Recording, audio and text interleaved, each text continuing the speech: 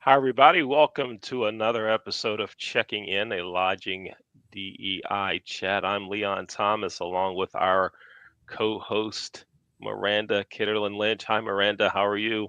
Hi, I'm great, Leon. How are you? Oh, all is groovy. Everything is right on. Having a good day, having a great week. All of those things. I It's all love really it. good. Now, I want to tell you something, and I don't want you to cancel me out of the show. Uh oh. Uh oh. Producer Dr. J, get ready. Get ready there. I don't know what's coming. Go ahead. This week, I was invited to play pickleball.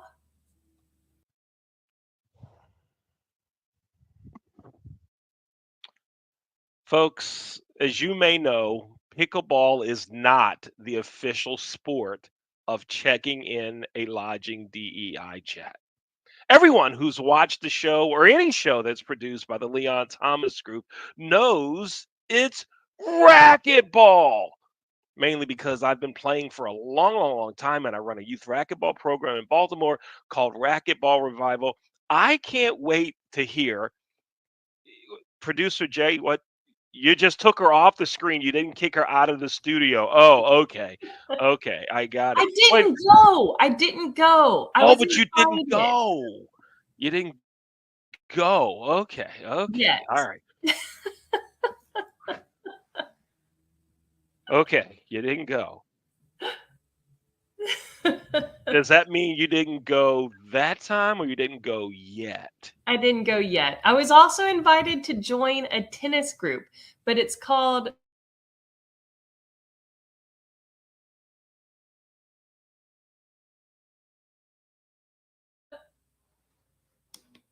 or sip and serve. I don't know. It doesn't Sip matter. and serve. Wine and fish. Do most of the serving before the sipping. I Most mean, of the I serving. I don't mind just sitting on the sidelines and sipping. That could work too. That happens at many tennis venues. However, I have to tell you, I have to confess as it relates to pickleball.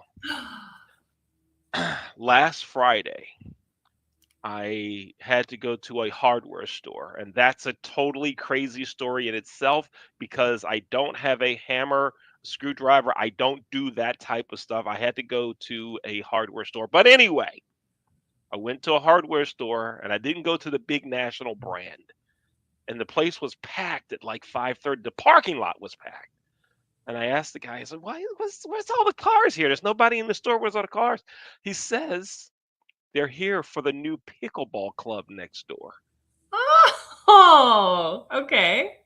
So I had to go in and snoop around. Okay. That was my first time in a pickleball club. Look at My you. first time in. I did not play, but I just thought they could make better use of the facility by putting in racquetball courts. Of course, Yeah, obviously. they could do that. But well, wait, that has nothing to do with the show, but it's still a fun thing that we banter about from time to time. Go to racquetballrevival.com, learn about the youth racquetball program in Baltimore, up to 78 kids now, and you want to check it out and offer your support. Miranda, before we bring our guest Erica Caton on, we have to talk about more crunch. Listen,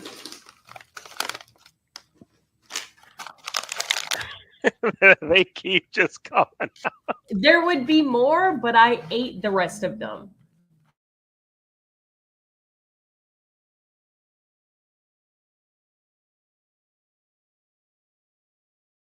Go to morecrunch.com. Morecrunch.com. Hear the story about Marcus Moore and his pretzel company. Marcus and his mom and his mentor, Ken White, who's the general manager of Historic Inns of Annapolis, were guests on our show a few weeks ago, telling us his story. But even if there wasn't a unique story that Marcus is artistic and has a pretzel company, just the pretzel taste themselves, you'd want to buy this. You want to Incredible. buy these products. Incredible. Here, let me just show you how good they are, and then we'll bring Oh on God. our Are you guest. gonna do some I, ASMR? I'm gonna. Would you call it? Isn't it ASMR? Does that stand for eat Maryland crab cake pretzels? Is that what that stands for? Uh, Sure. that's what I'm doing. ASMR in a way. You'll never believe it. Yes, these are good. So, folks, if you want to be a guest on our show and talk pretzels and anything else we talk about, you can email me. My email address is leon at theleonthomasgroup.com. Miranda, how did they get in touch with you?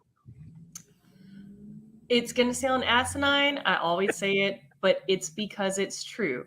Google me, Miranda Kitterlin Lynch. Even Miranda Kitterlin, I'm the only one. That's all you do. I'm very hard to hide. That's all you do.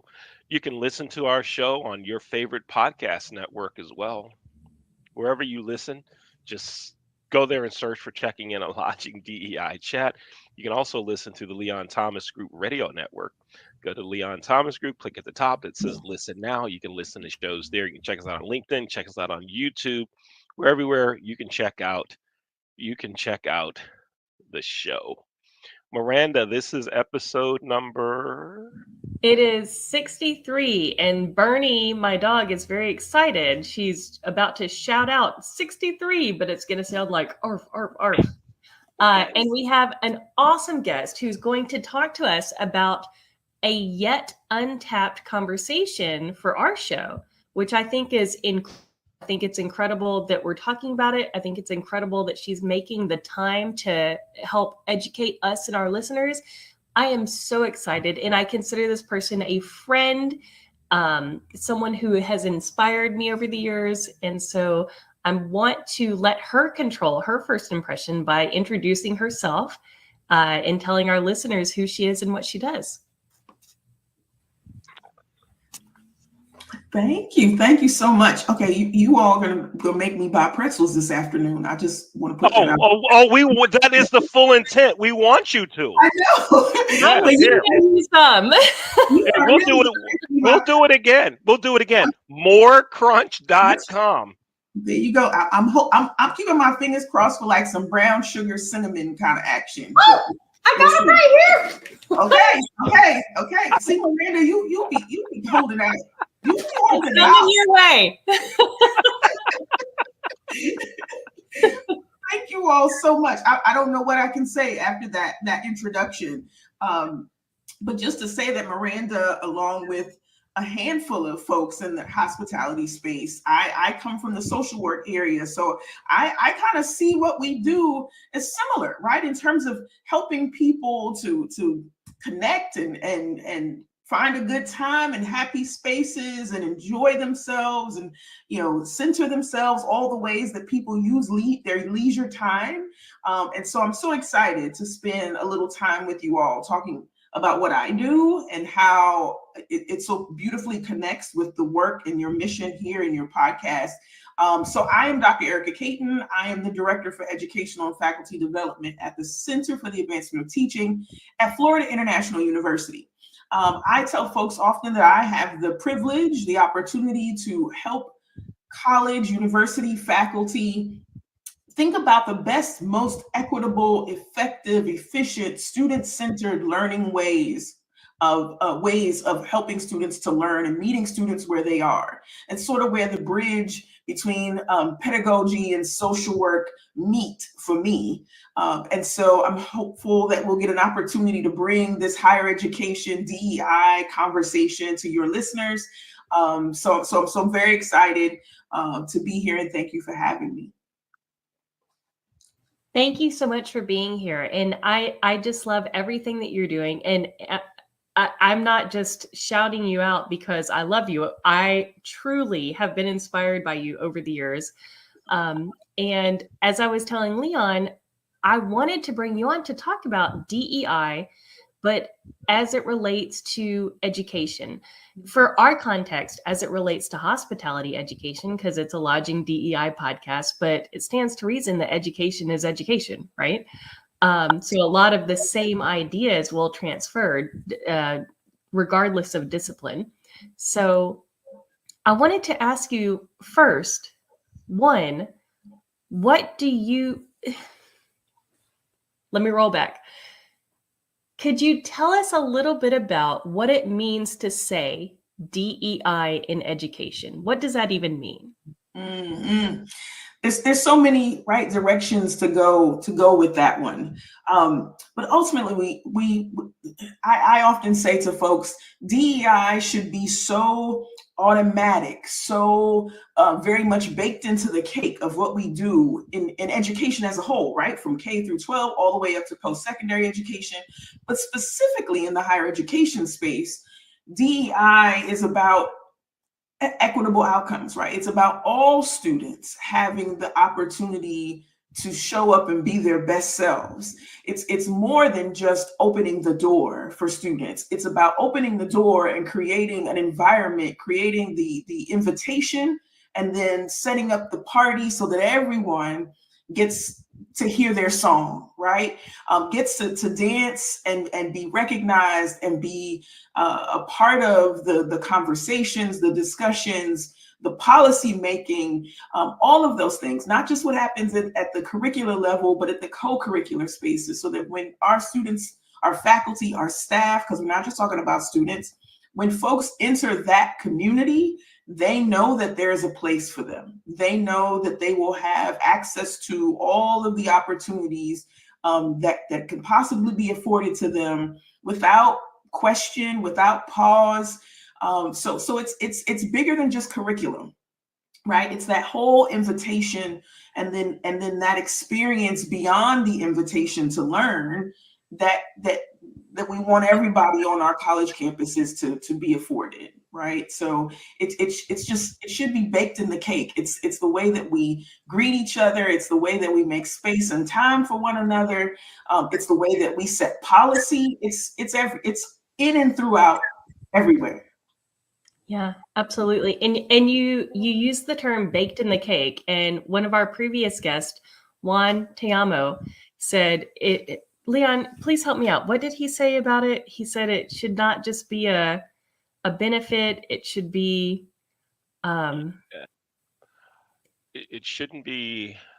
Oh wow, I can't remember, I but know. It's such a good yeah, quote. We'll have to go yeah, back we'll and get it. share it. Whenever we put this out, we'll include his quote. But it was basically, it shouldn't just be a benefit. It should be just in what you're doing, right?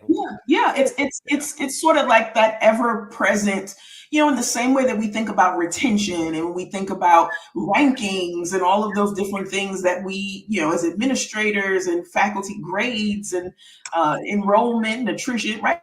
All those things that we think about, that we like to put little numbers to and say that they're important, right? The reality is that none of those things happen without an environment that embraces DEI, right? Retention doesn't happen.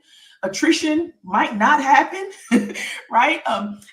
We might not lose faculty and staff the way that we have been. When we look at the percentages of turnover and things that are happening, we might find ourselves discovering and making new discoveries, solving some of the world's biggest challenges, when we start from a place of how do we make this environment meet people where they are, instead of trying to change students, faculty, and staff to fit into this sort of into that ivory tower, right? Into that space, which is what we often ask our students to do. And we don't want to ask any student to do that, right? This isn't about excluding and or propping up or giving some additional support or benefit to select groups. It's about making sure we meet all of the needs of all of our students, whatever those needs might be. Yeah, absolutely. Yeah. Leon? And even you look at it, we're talking about it now. You both work in higher education, but even down in some of the things that I do with our racquetball program, right? Everyone has to feel welcome in the program. Everyone has to feel that they are a part of it, regardless of skill level, right? How long they've been playing, ability. Everyone has to feel a part of it. And I found that when everyone feels that they are a natural part of what's happening, everyone supports what's going on. The parents of those kids that are autistic, that are in our racquetball program, they feel that their kid is the program, right? All the way up to our best athlete who's ranked number 12 in the state of Maryland right now. But he doesn't see himself any differently than a young man that's autistic who we make some modifications for that he can play the game. Everyone is included and they all feel a great part of it. Now, in education, where do you see that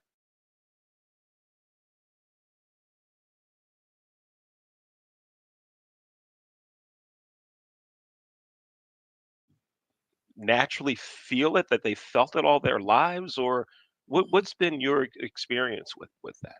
Yeah, the disappointing piece of this is that it starts very early, right? The tracking and the grouping of young people in elementary school, right? You go here, you're in the bright group or this group. You're in a school in a neighborhood that doesn't get the funding it needs, so you see remnants and policy level kinds of things happening that affect that educational experience of that young person and imprints some things, right? Maybe I'm not worthy, maybe I'm not good enough. For me individually, the beauty, which is why I've always been in education in some capacity, is that there was always someone there kind of steering me. They weren't always a family member, quite honestly. Most of the time, it wasn't a family member, but someone who saw something sort of steering me. But it didn't change the fact that I was asking myself those questions, right? Being a first gen, growing up in the Bronx in the 80s, do your research. You can go figure out what that might have been like, right? And asking those questions always, like what's next, but maybe there isn't anything next for me, right? And then when I arrived in college, on that campus the first time, I made some college choices that maybe weren't the best for me. I was at a tiny little school in North Carolina, smaller than the high school that I had attended. And I looked around and thought to myself, Dorothy, you're not in Kansas anymore, kind of thing. And those messages, as much as I had these messages of, you're brilliant, you're sharp, all of these things, college is what you should be doing next. I found myself every day asking that same question, right? Like, is this the place for me? Maybe I don't belong here. There were financial struggles. My mom was a single parent, so it was really expensive for me to be away at school. There wasn't really anyone to talk to about those challenges. And I never really felt like the institution cared to know what I was going through, right? It was only after graduate school and then pursuing doctoral study that I began to unpack what was happening. I began to ask different questions. And the reality is that unfortunately, Leon, it does, those messages start very early. And then that there are systems, practices, and procedures at all levels of higher education that unfortunately continue to give those messages, continue to make it challenging for students to see themselves and how they might fit in, right? How they might find success, however it is that they choose to define success. And so the gaps are different at the different levels, but there are gaps nonetheless at all levels, right? There are challenges nonetheless at all levels, and ways that we could address them, right? If we think about just the classroom ways that we could address them. But then the sort of secondary challenge is, how do we help educators see that they have an immense power to overcome, to mitigate some of those challenges,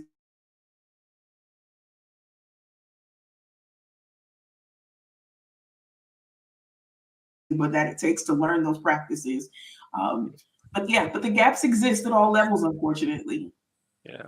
Yeah. Erica, we're going to continue along that conversation when we come back. We're going to take a short break. We're going to look at some commercials that students and interns with the Leon Thomas Group have worked on. We're going to take a look at those. We'll come back and continue our conversation with Erica Caton. I'm Leon Thomas. She's Miranda Kitterlin Lynch. You're watching Checking In, a lodging DEI chat. We'll be back in 2 minutes. Announcing the newest show from the Leon Thomas Group, Cooking with Kids in the Kitchen. Each week, we're going to have kids on the show in their home kitchen, showing us their culinary expertise right here on Cooking with Kids in the Kitchen.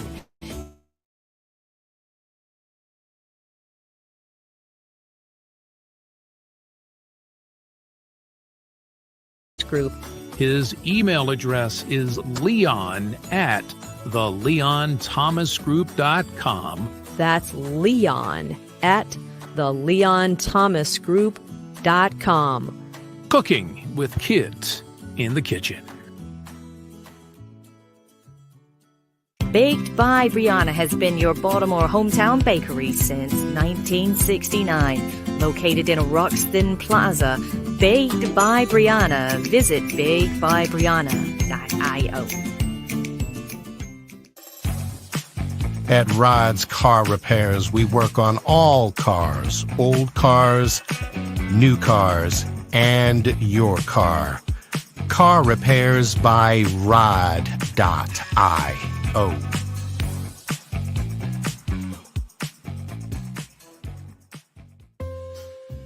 Hi, it's Robin from LTG Radio reminding you that the holiday shopping season is just a few months away. But you don't have to wait until December to start your shopping. You can do it now by going to Why Wait? Shop Now. .biz. That's Why Wait? Shop Now. .biz. There's no need to wait. Go to Why Wait? Shop Now. .biz. Start now on that Christmas shopping list. And now, back to more LTG Radio. Hey, welcome back to Checking In, a lodging DEI chat. We're here with our guest, Erica Caton, the Director of Educational and Faculty Development at Florida International University. Erica, Miranda, did I talk about more crunch pretzels? Did I talk about more crunch? How everybody needs more crunch. Go to morecrunch.com. And oh, this one almost slid off my desk. Go to morecrunch.com. Okay, Miranda, over to you. You know, I'm laughing, but I'm also applauding you because, yes, we can't shout out that company loud enough. It's an incredible product. And no, they're not sponsoring us. We really just love the product and the producers of the product. Erica, when you were talking just now before the break, I don't mean this in any political way whatsoever, but I was thinking to myself, as much as we are different, we are so much the same, because I too am a first generation college graduate. I grew up in the 80s, but I grew up in the South, which is also a very polarizing experience compared to other parts of the United States, which I believe is comparable to growing up in the Bronx. I too have a PhD, and I never had anybody to go to ask questions.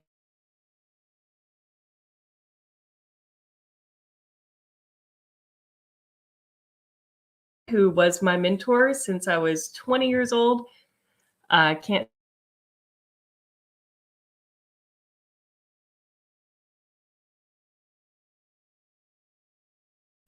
So we know that there are so many different spectrums of what people need and what help that we can provide them. It stands to reason that it's almost impossible to cater to everyone, right? Mm-hmm. Where do you think that the average educator, trainer, manager could begin with trying to meet people where they are, given the many needs that there are? Yeah.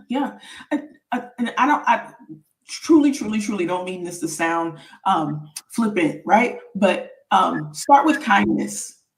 What does it mean, right? Be kind as an educator. I love it, right? I get to sit with faculty and look at their syllabi and their textbooks and all, and their activities and assignments. And I'm always combing those documents for some elements of kindness, right? Something that says you recognize that the people on the other side of this syllabus who are going to be interacting with it are human beings who have challenges, who are questioning themselves and the world around them, who you want to sort of get excited about this topic. Where is that, right? Where is that amidst the rules, the no latenesses, and this drive for rigor, which we're not necessarily saying in order to do this you throw rigor out the window, but why can't they sort of meet them in the middle? Why can't we have both of those, right? I've seen incredible examples, excellent examples of folks balancing those two things, right? Balancing rigor with kindness, with compassion. I would say the first thing that you do is stop making assumptions. Talk to your students, survey your students, get to know them. If you're feeling a little hesitant about doing something like that, reach out to your student services, your student affairs side of your institution, find out what data they might have. We often amongst ourselves, right, generationally and all these things, we have ideas about our students, and it seems like the ideas might be true based on one or two anecdotal real situations, and we've never actually taken the time to talk to our students, to ask the questions. I also want us to be mindful, right? Don't ask for more.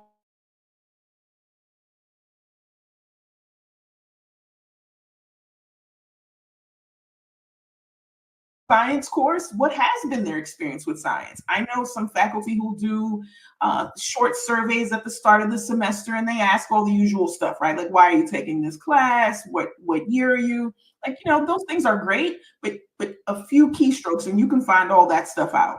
What's the real stuff you would want to know about your students, right? So why are you in this class? But when you think about taking this class, did you get a knot in the pit of your stomach? What did you know about me in this class before you came in here, right? Because they're all doing their little internet stalkery work to figure out who you are, right? Talking to each other, those kinds of things. So let's ask them some real questions. Let's give them some opportunity to share with us. Let's think about all the ways that we might build some trust in that space and allow the students to tell us what it is that they need, right? Certainly you can go and consult. There's an amazing book called How Learning Works by Dr. Susan Ambrose and 9 of her best colleagues. That will give you some very specific, strategies. Do this, do that. Learn your students' names, those kinds of things. But the reality is I would say start with kindness. What does it mean to be kind to your student? Start with investigating what is the true relationship that I have, right? I tell all of my faculty in workshops, we are in relationship with one another. Not an intimate relationship, but the moment we enter that classroom space together, there are many things that come with us. Emotion, right? Different emotions, different experiences that are going to shape the way we interact with what.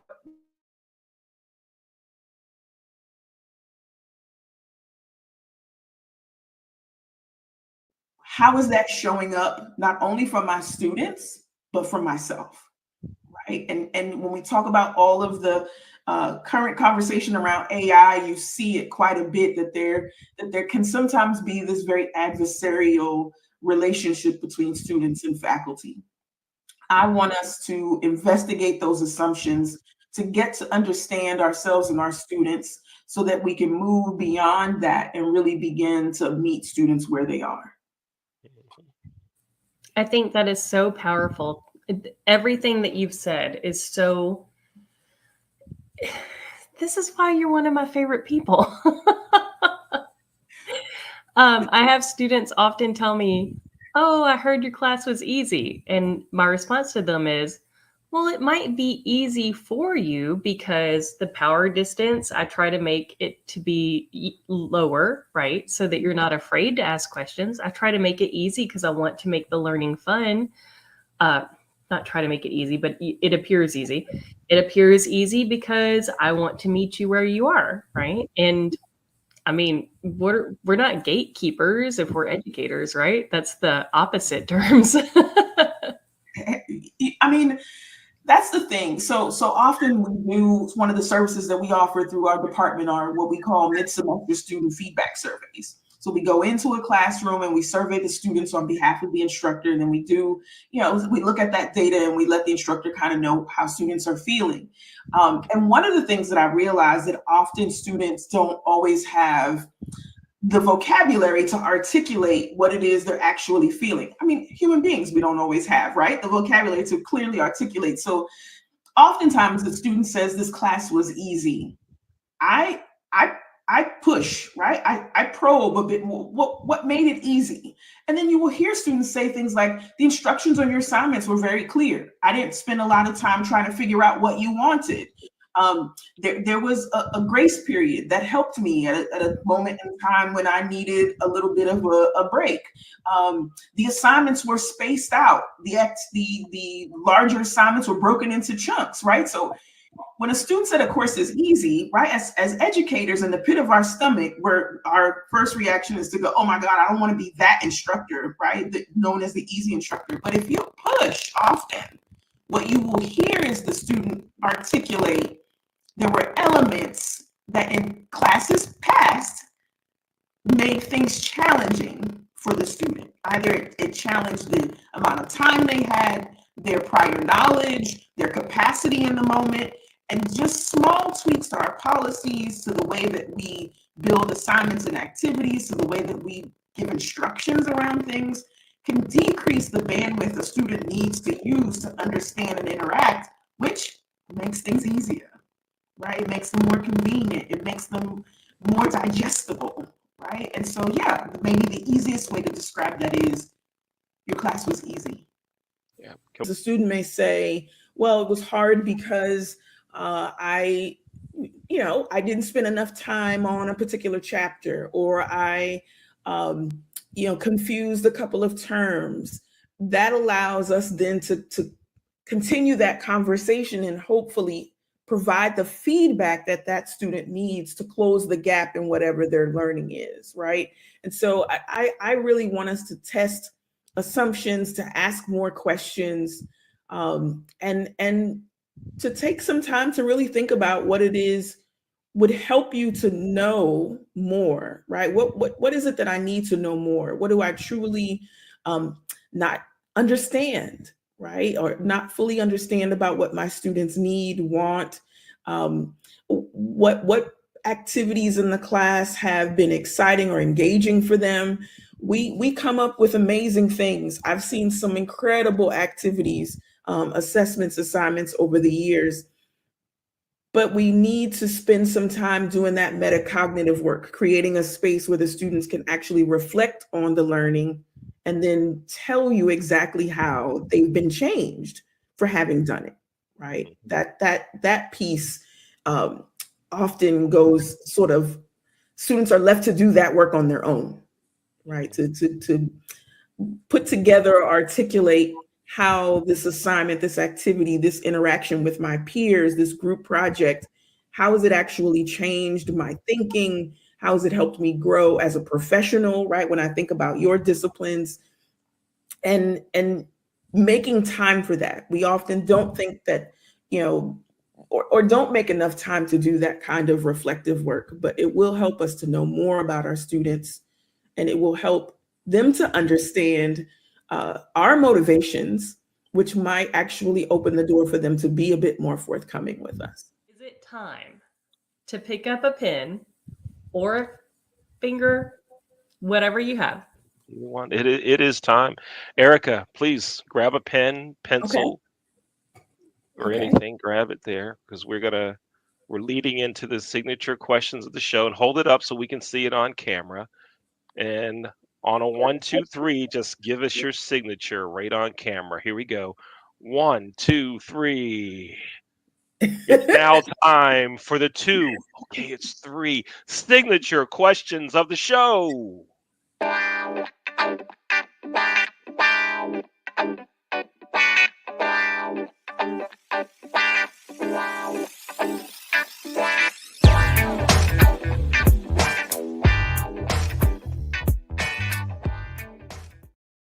It's actually 4 questions now, but who's counting? We already talked about more crunch pretzels. Okay, great. Here we go. Have you ever morecrunch.com.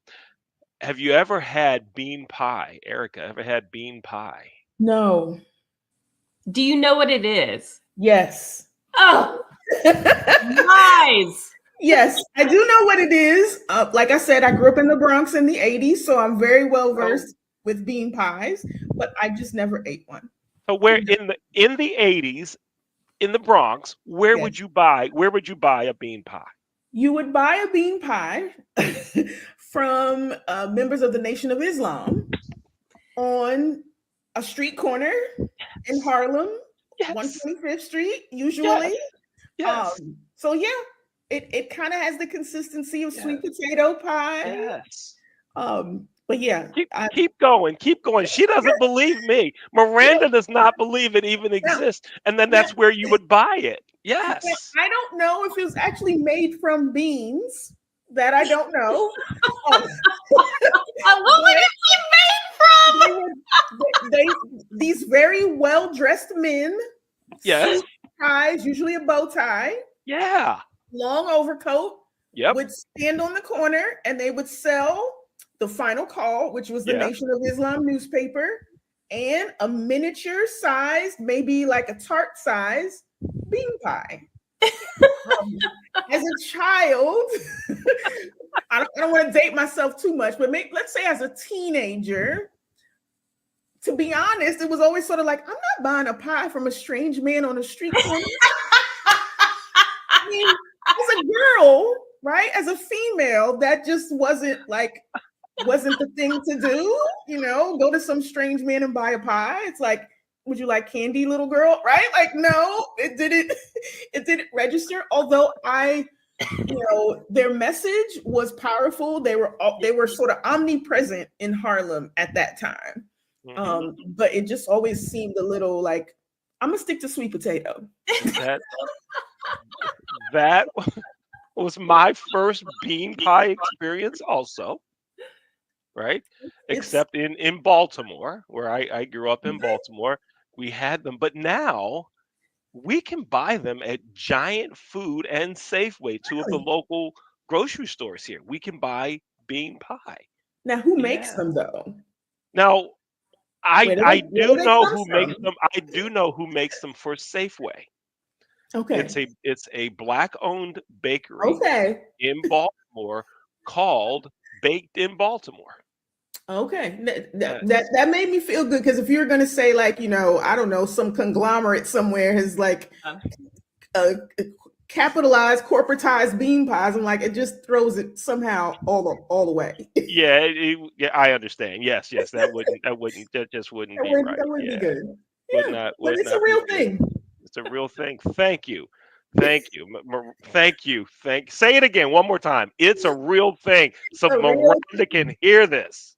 Now, but Leon, is it actually beans? That's my question. Oh yeah, at least the ingredients on the ones at Safeway say it's beans. Okay. Now, the brothers on the street, I hope it's beans. I hope it is. So here's the next signature question. How about a Maryland crab cake? Have you ever had a Maryland crab cake? I have not. Okay.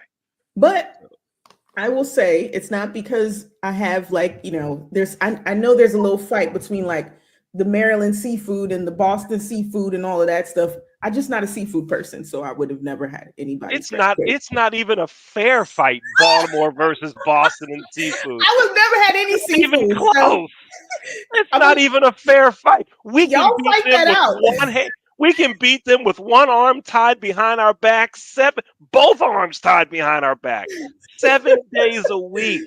They have one thing up there. They have lobster. That's it. They don't have seafood in Boston. They have lobster. So I make this pledge. If I ever decide to try some seafood or to have some seafood, I will make sure that it is only a Maryland crab cake. No other crab cake first. In Maryland. At the wharf. Or no, Preferably not. You get in not. touch with me when you come to Okay. Maryland and you want to create. You get in touch with me. I will direct you or take you to where you want to Okay. real, and we'll take pictures, maybe even video, and we'll send it Bet. to Miranda. Okay. I love Okay. it. I love it. That's it. We go out on food. Miranda, go ahead. All right. So, my final question for you is if you could go back and give your 20-year-old self one piece of advice, wisdom, affirmation, anything, what would it be? Wow. Wow. Wow. Whew. Hmm. It's hard to pick one. Oh my gosh. And so, as I get into round my 50s, as I round those the 5 O's, I have this moment in my head quite often. You know, I think I would have told myself to slow down a bit.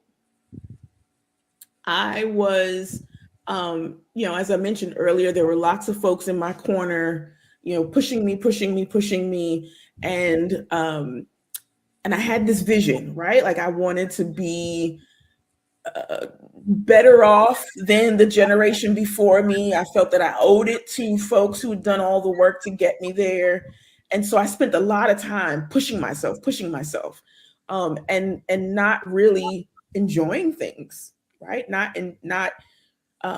doing things like study abroad or traveling and that kind of stuff. It all of that seemed wasteful. It seemed like it would get in the way, right? Because I was hyper focused on academics and graduating and getting into the world of work and becoming successful, that I hadn't spent enough time really thinking about and defining for myself what that looked like. I was sort of driving that car in the direction that everyone, like in the direction everyone wanted me to go. And I never stopped to look out the window and go, hey, what's passing me by? And maybe I should slow down and take a look.